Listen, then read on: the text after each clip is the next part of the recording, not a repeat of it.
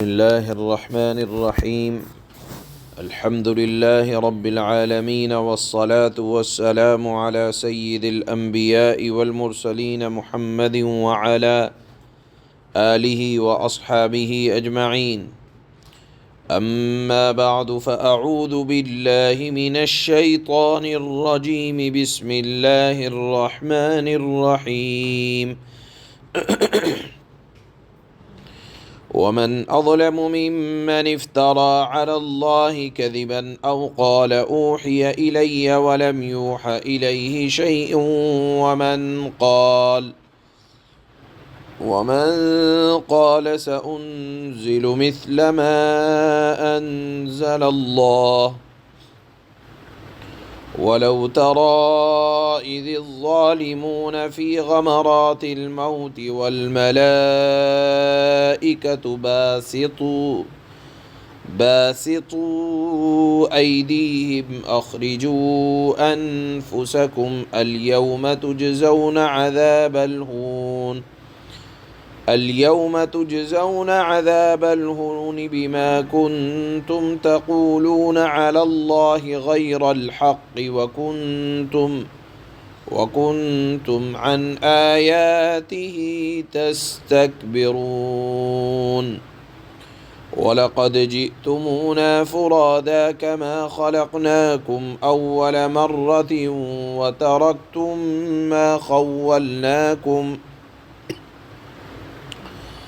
ما خولناكم وراء ظهوركم وما نرى معكم شفعاءكم الذين زعمتم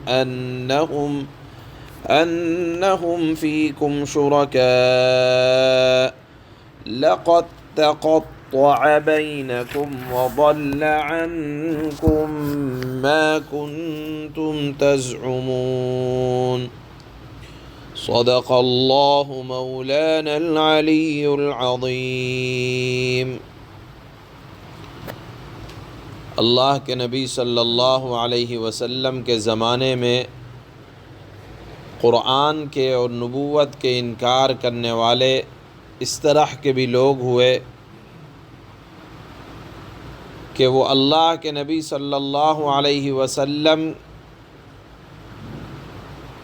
کے بارے میں کہا کرتے تھے کہ جو یہ قرآن پڑھ کے سناتے ہیں ایسے تو میں بھی سناتا ہوں، میرے پاس بھی وحی آتی ہے.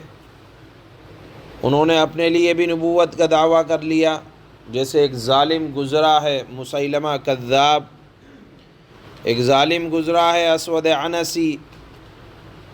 ان لوگوں نے بھی یہ دعویٰ کیا کہ ہم بھی نبی ہیں، ہمارے پاس بھی وحی آتی ہے. گویا کہ نبوت کا دعویٰ خود اللہ کے نبی صلی اللہ علیہ وسلم کے زمانے میں بھی کچھ ظالموں نے کیا. اللہ نے اس کو ظالم کہا. ومن اظلم ممن افترا، اس شخص سے بڑا ظالم کون ہوگا؟ جب لوگ جھوٹا دعویٰ کریں گے تو وہ ظالم ہی ہوں گے، اور ظالم کے ظلم کا مقابلہ کیا جائے گا. حضرات صحابہ نے بھی کیا. دوسرے وہ لوگ تھے ایک قسم، وہ یہ کہا کرتے تھے کہ قرآن کوئی وحی وغیرہ نہیں ہے، بلکہ یہ تو اللہ کے نبی کی تصنیف ہے، وہ بنا کے پیش کر رہے ہیں. جیسے نضر ابن حارث وغیرہ، ان کو بھی اللہ نے ظالم کہا کہ قرآن کو انسانی کلام کہہ رہے ہیں. اگر یہ انسانی کلام ہے تو لاؤ تم پیش کرو. چنانچہ وہ کہا کرتے تھے لو نشاء لقلنا مثل هذا، اگر ہم بھی چاہیں تو قرآن جیسی ایک تصنیف، قرآن جیسی ایک کتاب ہم پیش کر سکتے ہیں. وہ گویا کہ قرآن کے بارے میں تصنیف ہونے کا، بنائے جانے کا دعویٰ کرنے لگے اور کہنے لگے کہ اگر، چنانچہ نضر ابن حارث نے کہا کہ اگر ہمارے پاس کوئی عذاب آئے گا بھی تو ہمیں تو ہمارے لات عزا بچا لیں گے. ہمیں ہمارے چاہنے والے بت بچا لیں گے۔ اللہ نے فرمایا کہ یہ ظالم ہے، اور دیکھو ظالم کا انجام بہت اچھا ہونے والا نہیں ہے۔ اور ابھی دنیا میں موت کے بعد جب ملائکہ موت ڈراؤنی شکل میں ان کے پاس آئیں گے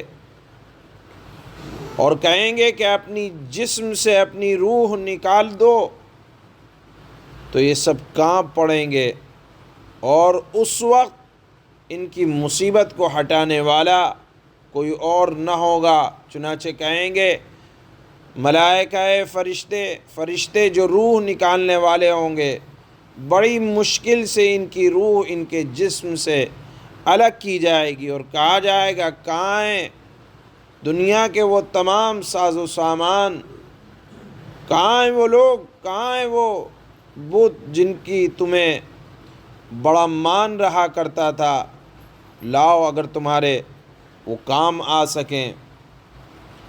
بہرحال یہاں غور کرنے کا مقام یہ ہے کہ عقل مند آدمی وہ ہے جو دنیا کی بے ثباتی کو، دنیا کے فنا پر اور دنیا کی تبدیلی پر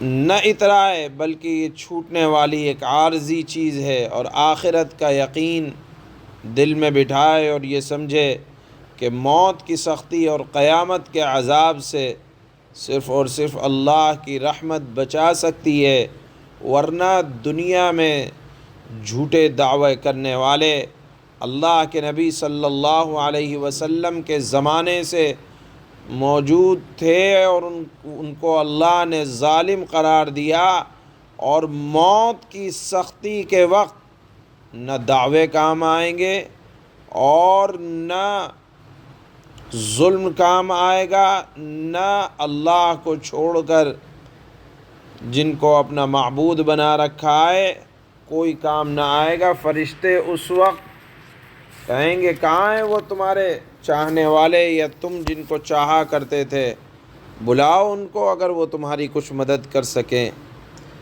یہاں اللہ تعالیٰ نے موت کے وقت کا منظر ظالموں کے ساتھ جو ہونے والا ہے اس کو دوسری آیت میں بیان فرمایا ہے۔ پہلی آیت میں اللہ تعالیٰ نے قرآن جو منزل من اللہ نے نازل کیا اس کے بارے میں جو لوگ اول فول بکتے ہیں ان کو سب سے بڑا ظالم قرار دیا، چنانچہ فرماتے ہیں اللہ وَمَنْ أَظْلَمُ مِمَّنِ افْتَرَى عَلَى اللَّهِ كَذِبًا أَوْ قَالَ أُوحِيَ إِلَيَّ وَلَمْ يُوحَ إِلَيْهِ شَيْءٌ وَمَنْ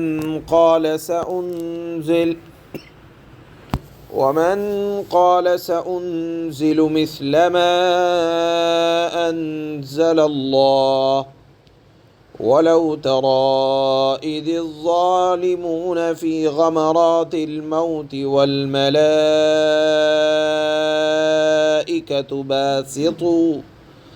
باسطوا أيديهم أخرجوا أنفسكم اليوم تجزون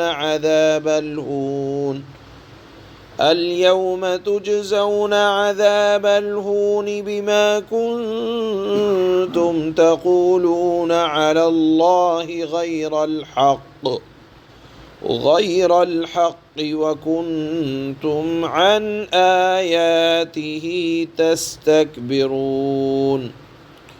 اور اس شخص سے بڑا ظالم کون ہوگا جو اللہ پر جھوٹ باندھے۔ اللہ پر جھوٹ باندھنے کا مطلب یہ ہے کہ وہ یہ کہا کرتے تھے کہ اللہ نے ہمارے اوپر بھی وحی نازل کی ہے، گویا کہ اللہ کے بارے میں جھوٹ بول رہے ہیں کہ جیسے وحی وہاں آتی ہے ایسے ہی اللہ نے میرے اوپر نازل کی ہے، یہ جھوٹا دعویٰ۔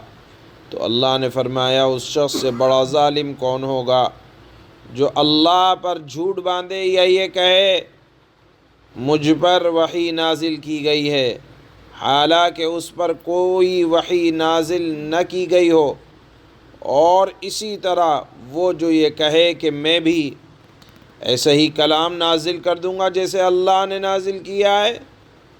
اور اگر تم وہ وقت دیکھو تو بڑا ہولناک منظر نظر آئے گا جب ظالم لوگ موت کی سختیوں میں گرفتار ہوں گے اور فرشتے اپنے ہاتھ پھیلائے ہوئے کہہ رہے ہوں گے اپنی جانیں نکالو، آج تمہیں ذلت کا عذاب دیا جائے گا، اس لیے کہ تم جھوٹی باتیں اللہ کے ذمے لگاتے ہو اور اس لیے کہ تم اللہ کی نشانیوں کے خلاف تکبر کا رویہ اختیار کرتے تھے۔ وَلَقَدْ جِئْتُمُونَا فُرَادَىٰ كَمَا خَلَقْنَاكُمْ أَوَّلَ مَرَّةٍ وَتَرَكْتُم مَّا خَوَّلْنَاكُمْ وَرَاءَ ظُهُورِكُمْ وَمَا نَرَىٰ مَعَكُمْ شُفَعَاءَكُمُ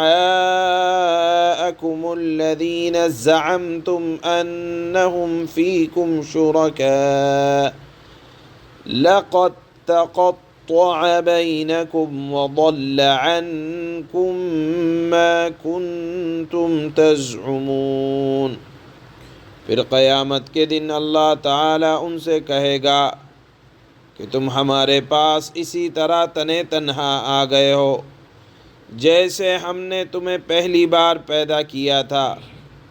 دنیا میں آدمی کچھ لے کر نہیں آتا اللہ کے ہاں سے، یہاں آ کر نام ملتا ہے، عزت ملتی ہے، دولت ملتی ہے، پھر کہے کہ یہ تو میرا ہے۔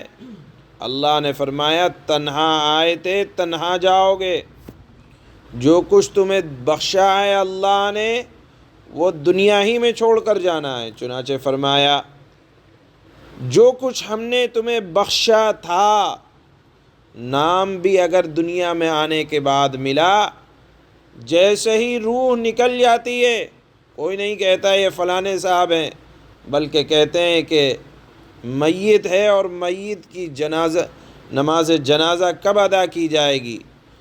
معلوم یہ ہوا کہ نام بھی دنیا ہی تک رہتا ہے، پھر یا تو مردہ کہا جاتا ہے یا میت کہا جاتا ہے۔ یہی فرمایا جو کچھ ہم نے تمہیں بخشا تھا، مال تو بہت دور کی بات، وہ تو یہیں رہ جائے گا، جو کچھ بھی ہم نے تمہیں بخشا تھا وہ سب اپنے پیچھے چھوڑ آئے ہو، قبر میں تنے تنہا آئے ہو جیسے دنیا میں تنہا آئے تھے۔ یہی فرمایا تم ہمارے پاس اسی طرح تنے تنہا آ گئے جیسے ہم نے تمہیں پہلی بار پیدا کیا تھا، اور جو کچھ ہم نے تمہیں بخشا تھا وہ سب تم اپنے پیچھے چھوڑ آئے ہو، نوکر چاکر عزت دولت سب، اور ہمیں تو تمہارے وہ سفارشی کہیں نظر نہیں آ رہے جن کے بارے میں تمہارا دعویٰ تھا۔ نضر بن حارث کہا کرتا تھا کہ لات و عزیٰ بچا لیں گے، اللہ نے فرمایا جن کے بارے میں تمہارا دعویٰ تھا کہ وہ تمہارے معاملات طے کرنے میں ہمارے ساتھ شریک ہیں، حقیقت یہ ہے کہ ان کے ساتھ تمہارے سارے تعلقات ٹوٹ چکے ہیں، اور جن دیوی دیوتاؤں کے بارے میں تمہیں بڑا زعم تھا وہ سب تم سے گم ہو کر رہ گئے، تمہارا خیال تھا کہ وہ بچا لیں گے، اللہ نے فرمایا وہ سب گم ہو کر رہ گئے ہیں کہ وہاں صرف اور صرف اللہ کی بادشاہت ہے،